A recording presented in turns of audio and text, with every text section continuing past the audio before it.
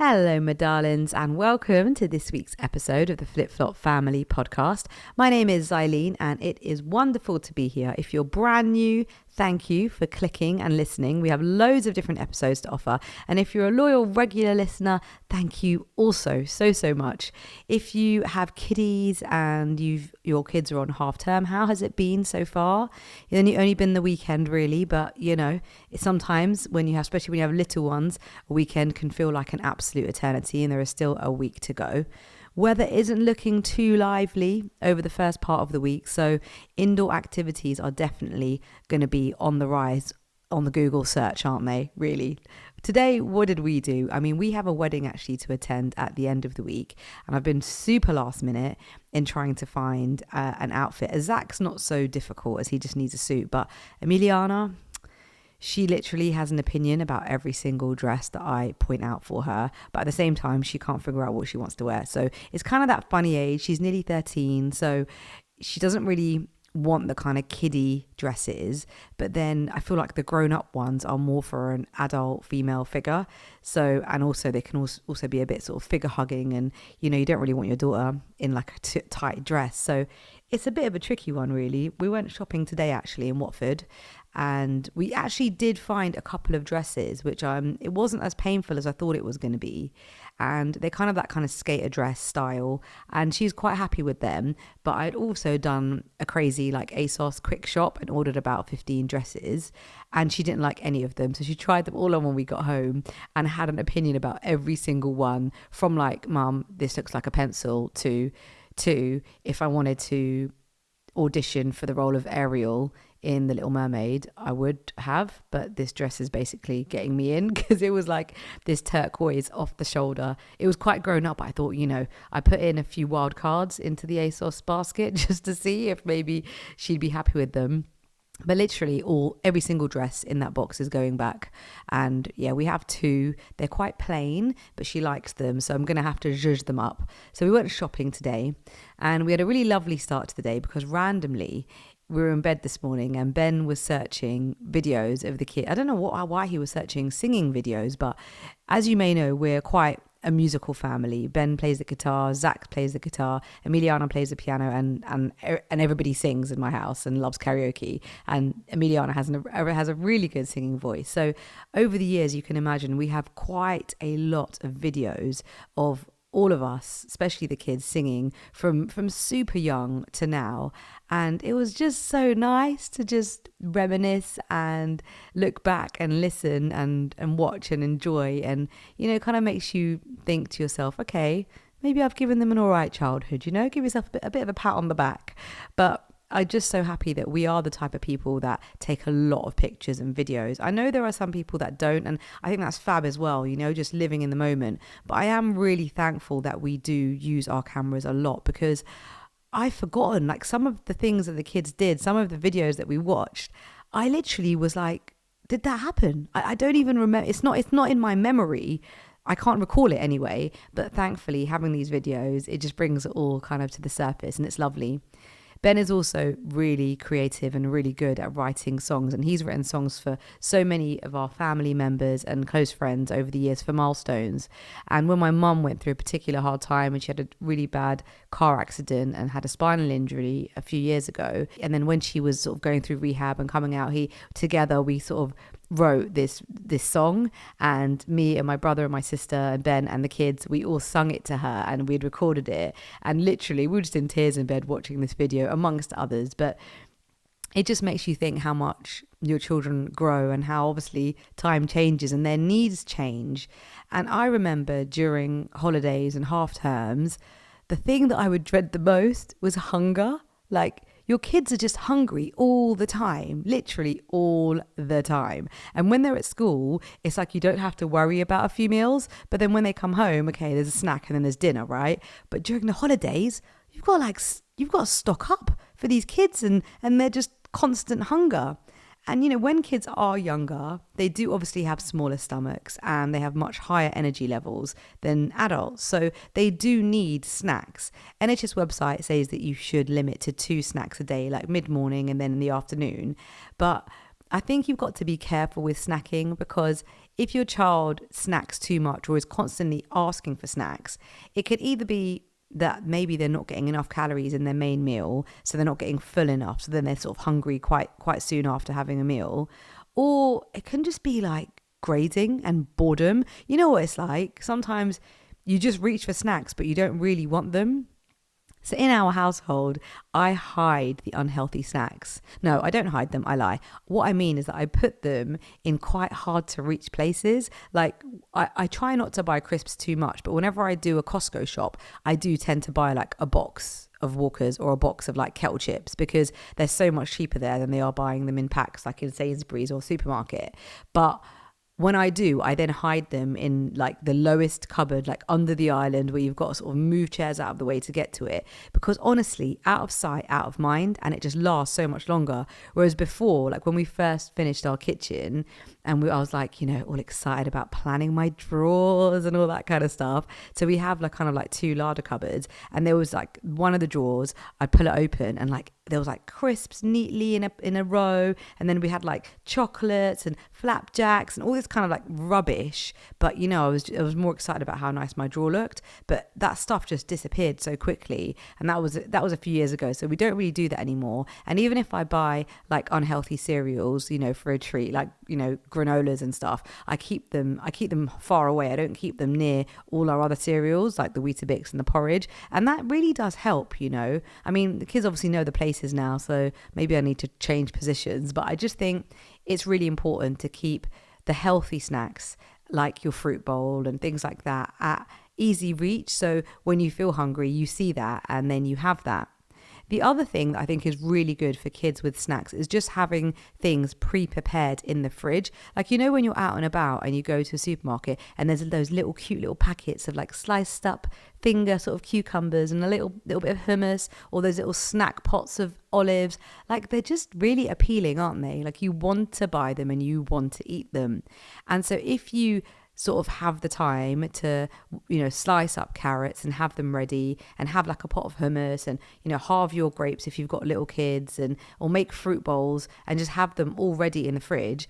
I just think it's a really easy thing to grab and eat. Like Emiliana, she'll sometimes come home and go in the freezer, and I buy these dumplings, also from Costco. This is not a Costco advert. It just happens to be that I'm mentioning it a few times, but I buy these little dumplings so that when I make like nice soups, you can just sort of warm up these dumplings and put them on the top. And that's what I mean, she just gets so excited, she starts heating them up and having them as snacks after school. But kids want stuff that is quick and easy, and obviously as kids get older they become a bit more independent with their snacks. But I do try to always cut up fruit for the kids and make them something when they come home. But I'm sure I'm not the only one who often has a complete and utter mental block. Like I can't remember, I don't know what it is. It's like I forget. What food can I give these children for snacks? I can't think of anything. So if you go over to the NHS website, they have like a healthier families page. And it's not like Michelin star snacks or anything, but it's just a really good glossary, like a reminder of things that you can make for kids, like, toasted pita cut up into little strips with tuna mayo dip, or like, muffins with cream cheese and cucumber sticks. I know that sounds really basic, but I just don't remember stuff when it comes to the kids being hungry. When they were younger in our house, we used to do something called snack wars, and we'd all kind of compete each day about who could make the best snacks for the kids. And I remember trying to get a bit imaginative, and I made these really yummy crumpet pizzas. So like you kind of toast crumpets, and then you just kind of put a little spread of like tomato puree and then a bit of cheese, and then if you have some chopped up veggies and then a bit of oregano, and just grill them. They were delicious. I don't know how healthy, but they were definitely delicious. On the Flip Flop Family Kitchen Instagram page, I do have a couple of things on there. The date bars, I mean, I know I do go on about the date bars. They're just the best thing ever.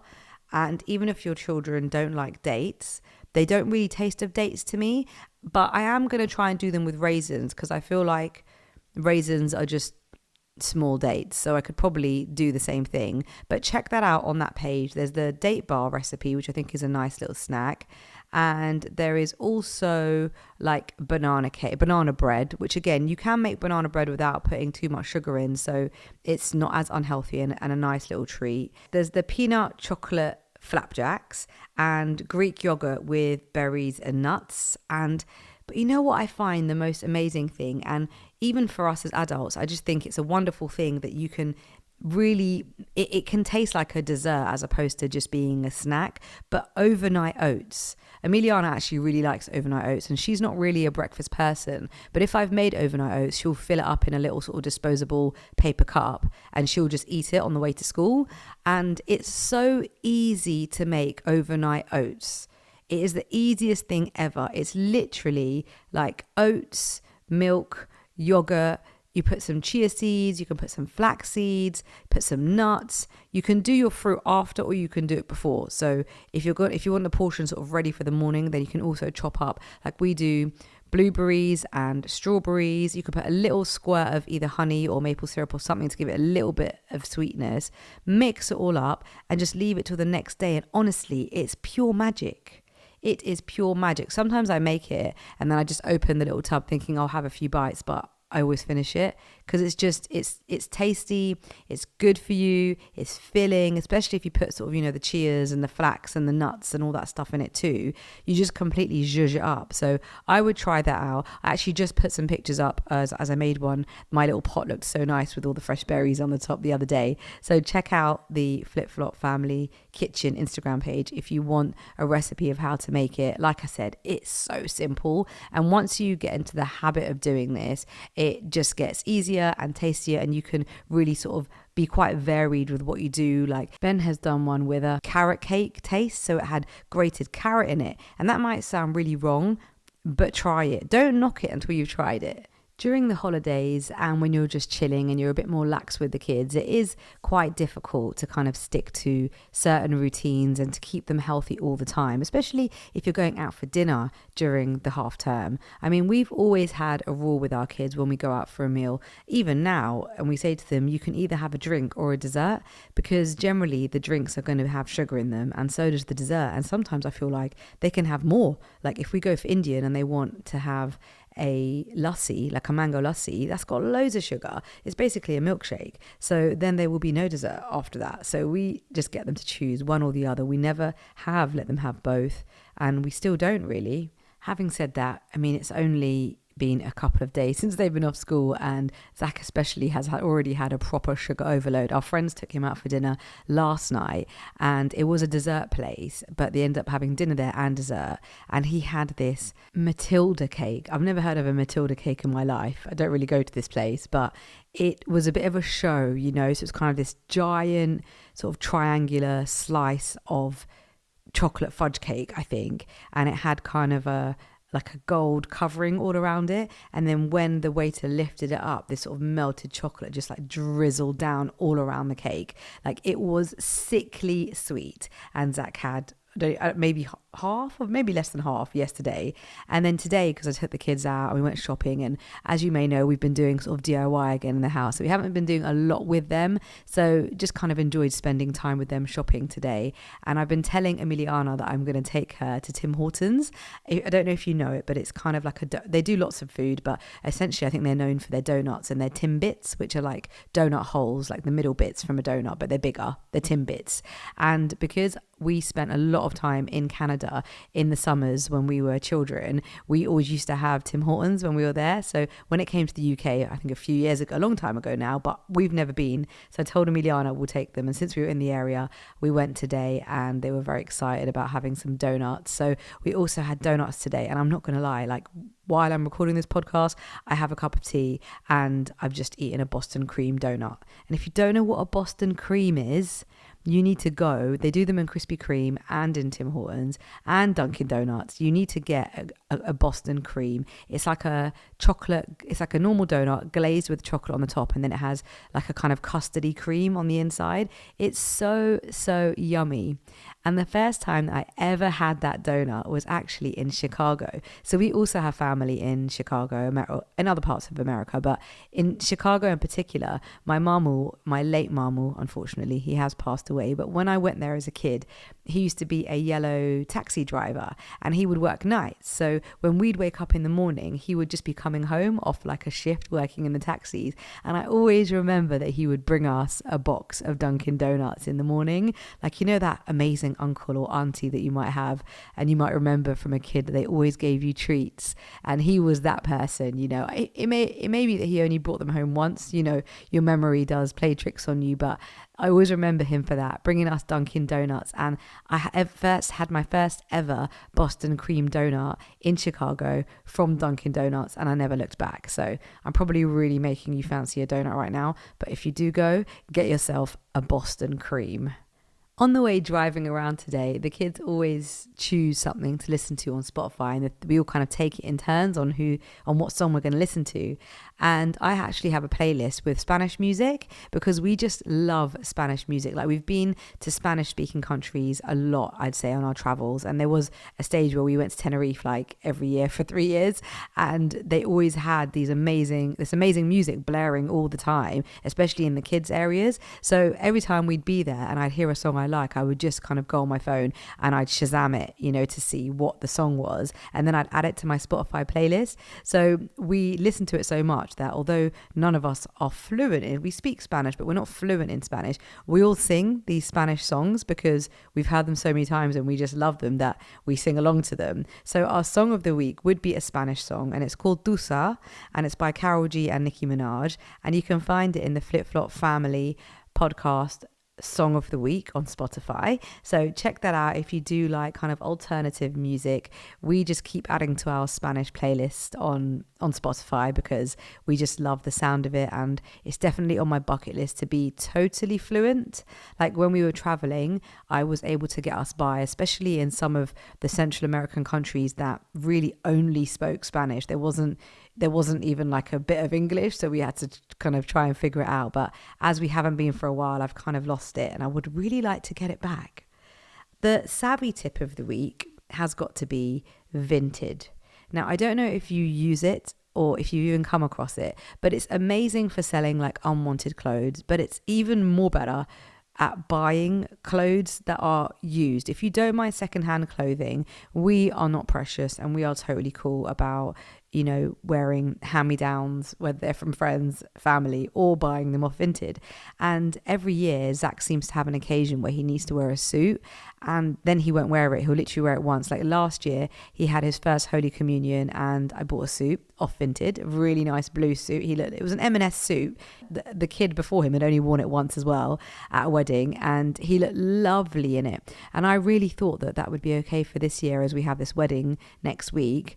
But no, it was too tight for him. So I jumped straight back onto Vinted and I bought a really nice 3-piece suit. Came today. It's lovely and an absolute bargain. So last year's suit will be going back onto Vinted this week when I get a minute to put it on there.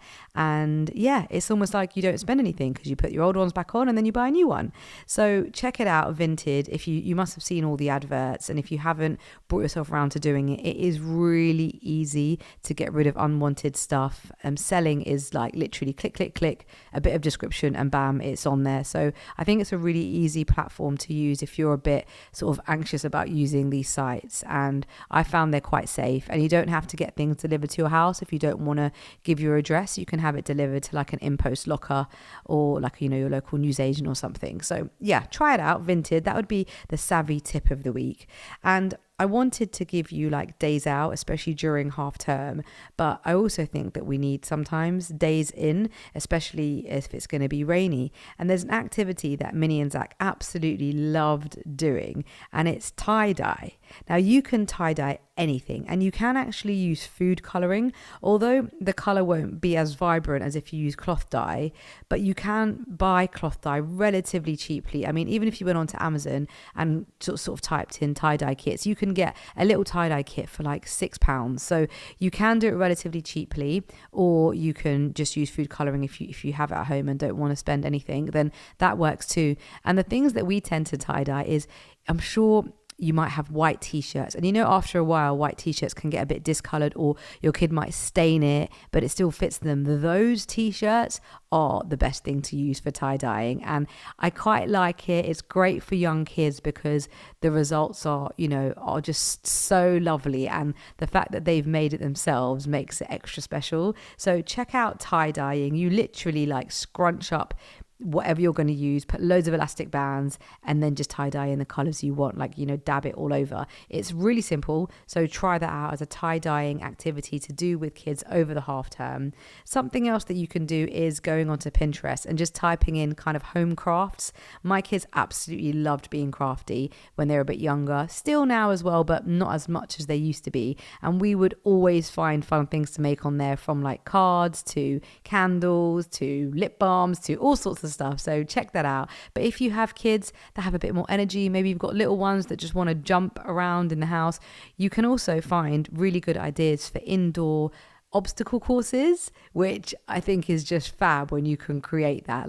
The kids always used to do these indoor tents, putting blankets over things, and then if you have those little tunnels that you can go through, or jump, hop, skip, that kind of stuff. So creating indoor obstacle courses, also a great way to get your kids to burn lots of energy. Also, if you have just bought something and got a big cardboard box, don't be in such a hurry to flatten it and put it in the recycling bin. Zach is so drawn to cardboard boxes. Even now, he's nearly 10, but he just loves getting creative with big cardboard boxes. And when he was little, he would always make cars out of them. It was just the sweetest thing. You can get big marker pens and draw steering wheels, or even cut out a circle in the cardboard and, play some fast music, like race course kind of Formula One music. You can do so much with a cardboard box. Honestly, you can get super creative with it. My dish of the week has got to be the overnight oats recipe. So check that out on the Flip Flop Family kitchen page. Just an amazing thing to do, as it's so easy and tasty and great for breakfast, a snack, or even a dessert. So a super versatile recipe, and you can check that out, and don't be scared. Try it in any which way, and I'm telling you, it's going to be great and you're going to love it. Thank you so much for listening to this week's episode of the Flip Flop Family podcast. I'm Zylene. It's been an absolute pleasure talking to you today, and I will see you again on Thursday. Bye bye.